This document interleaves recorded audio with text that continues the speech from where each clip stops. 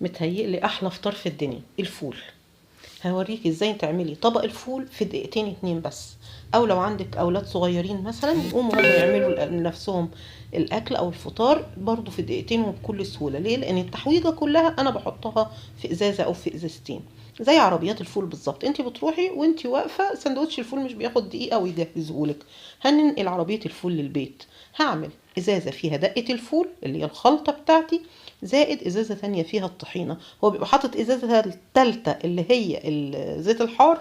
الزيت الحار مش مقبول قوي، مش اي حد بيحبه، انا عن نفسي مش باكله. هنعمل بقى معانا مع بعض دلوقتي الدقه والطحينه بطريقه سهله جدا. شايفه الطحينه تحتفظي بيها شهر في التلاجة، ما يجرى شهر واتنين وتلاته كمان. الدقه ممكن تحتفظي بيها شهر في التلاجة، اعملي بها فول، اعملي بها سمك، اعملي بها بتنجان، هتديكي نتيجه فل. انا عندي هنا بوله حطيت فيها معلقه كبيره من الكمون، معلقه كبيره من الكزبره طبعا مطحونين وناعمين، ومعلقه كبيره من الثوم المطحون.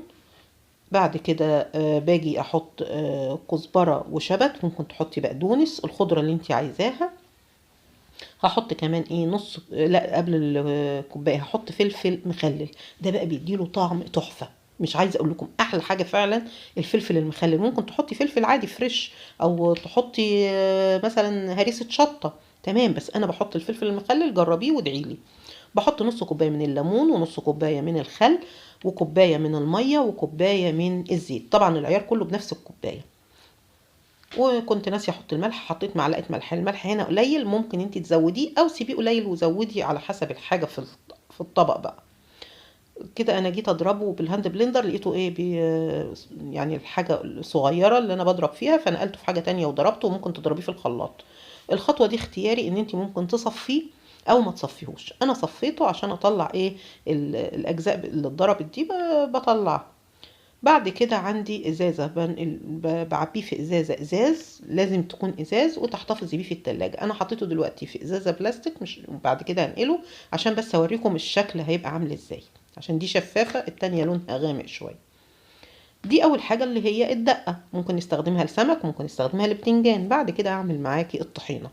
انا باخد حوالي نص كوبايه من الطحينه، هحط عليها اخففها بحوالي كوبايه من الزيت. في ناس بتخففها بميه، لو خففتيها بميه يبقى لازم صلاحيتها مش هتقعد اكتر من يومين، هتبوظ معاكي.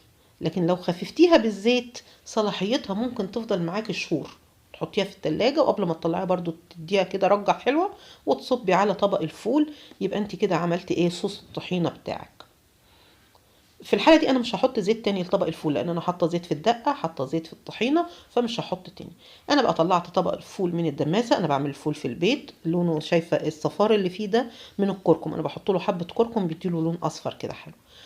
سخنت الفول وحطيته في الطبق. يا دوب كل اللي انا بعمله ارج الازازة كويس، وبعد كده ابتدي احط من الخلطة بتاعتي وادوق. لو عايزه ازود مثلا ملح هزود بقى في الطبق على حسب ايه ما بحب الحياء بتاعي.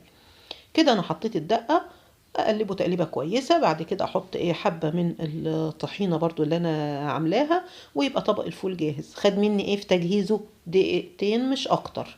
بألف هنا وشفا.